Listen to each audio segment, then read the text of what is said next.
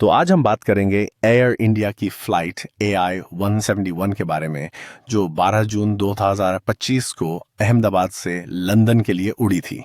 ये घटना एक बड़ा विमान हादसा साबित हुई।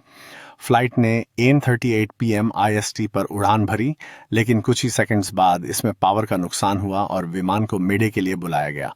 थोड़ी देर बाद यह अहमदाबाद के BJ मेडिकल कॉलेज के हॉस्टल ब्लॉक से टकरा गया। बिल्कुल, ये घटना बहुत ही दुखद रही। इसमें 241 लोग सवार थे, जिनमें से सिर्फ एक यात्री बच पाया, जबकि जमीन पर 29 से ज्यादा लोग मारे गए और 60 से ज्यादा घायल हो गए। इससे हमें यह भी समझ आता है कि ऐसी घटनाओं के पीछे केवल तकनीकी कारण ही नहीं होते, बल्कि ऑपरेशनल गलतियां भी हो सकती हैं। तो इस हादसे के बाद की जांच के बारे में क्या जानकारी है? सही कहा आपने। जांच में अब तक फ्लाइट डेटा रिकॉर्डर, FDR और cockpit voice recorder CVR recover किए गए हैं, लेकिन वे थोड़े डैमेज हो गए हैं। भारत में इनकी जांच जारी है और कहा जा रहा है कि अमेरिका और UK से भी इस मामले में मदद मिल सकती है। DGCA ने एयर इंडिया की पूरी फ्लीट की जांच का आदेश दिया है और कुछ क्रू मेंबर्स की लापरवाही के कारण अधिकारियों को हटाया भी गया है। हाँ, इसके अलावा कुछ तकनीकी कारणों की भी संभावना जताई जा रही है। एक रिपोर्ट के मुताबिक विमान के नीचे छोटे ग्रे डॉट का दिखाई देना यह इशारा करता है कि Ram air turbine RAT activate हुआ था, जो शायद ड्यूल इंजन फेलियर या पावर हाइड्रोलिक सिस्टम में फेलियर की वजह से हुआ हो। क्या आपके पास इस बारे में और जानकारी है?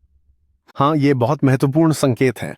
RAT का एक्टिवेट होना ये दिखाता है कि विमान में गंभीर तकनीकी खराबी आई थी और दोनों इंजन या सिस्टम्स में से कोई एक काम नहीं कर रहा था। इसके अलावा फ्लाइट के फ्लैप्स या गियर डाउन होने की संभावना जताई जा रही है, जिससे विमान में ड्रैग बढ़ गया और लिफ्ट कम हो गई, जो एक स्टॉल की स्थिति पैदा कर सकता था। तो क्या इसे एक ड्यूल इंजन फेलियर मान सकते हैं, या फिर हो सकता है कि पायलट की कोई गलती हो? यह भी एक संभावना है। कुछ विशेषज्ञों का कहना है कि को पायलट ने गलती से फ्लैप्स को रिट्रैक्ट कर लिया होगा, जबकि गियर को करना चाहिए था। इससे विमान की स्थिति और भी खराब हो सकती थी।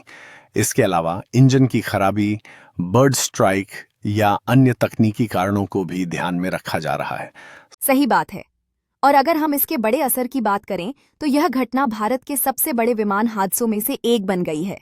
इसके साथ ही अहमदाबाद और आसपास के इलाके में लाखों लोग प्रभावित हुए हैं, खासकर जो छात्र और फैकल्टी थे। इस हादसे ने भारतीय विमानन सुरक्षा पर भी गंभीर सवाल खड़े किए हैं, खासकर जब हम तेजी से बढ़ते हुए शहरीकरण के बारे में सोचते हैं। बिल्कुल। अब इस घटना के बाद आने वाले महीनों में ब्लैक बॉक्स की जांच पूरी होने के बाद कुछ प्राथमिक निष्कर्ष सामने आ सकते हैं।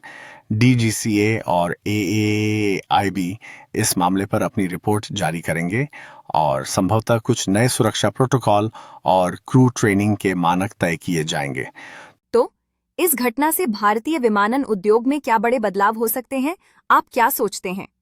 देखिए, सबसे पहले तो बोइंग 787 की पूरी फ्लीट की तकनीकी समीक्षा हो सकती है। इसके अलावा एयरलाइन ऑपरेटरों और पायलटों के लिए सुरक्षा प्रोटोकॉल में कड़े बदलाव की उम्मीद है। क्रू ट्रेनिंग और सटीक प्रक्रियाओं को भी सुधारने की आवश्यकता होगी। यह तो काफी बड़ा बदलाव होगा। हम देखेंगे कि क्या इसके बाद किसी प्रकार का नया सुरक्षा मानक तय किया जाता है। बिल्कुल, और यही समय है कि हम विमानन सुरक्षा को लेकर और ज्यादा गंभीरता से सोचें, ताकि भविष्य में ऐसे हादसे ना हों। हाँ, उम्मीद करते हैं कि इस हादसे से कुछ सकारात्मक बदलाव आ सकें।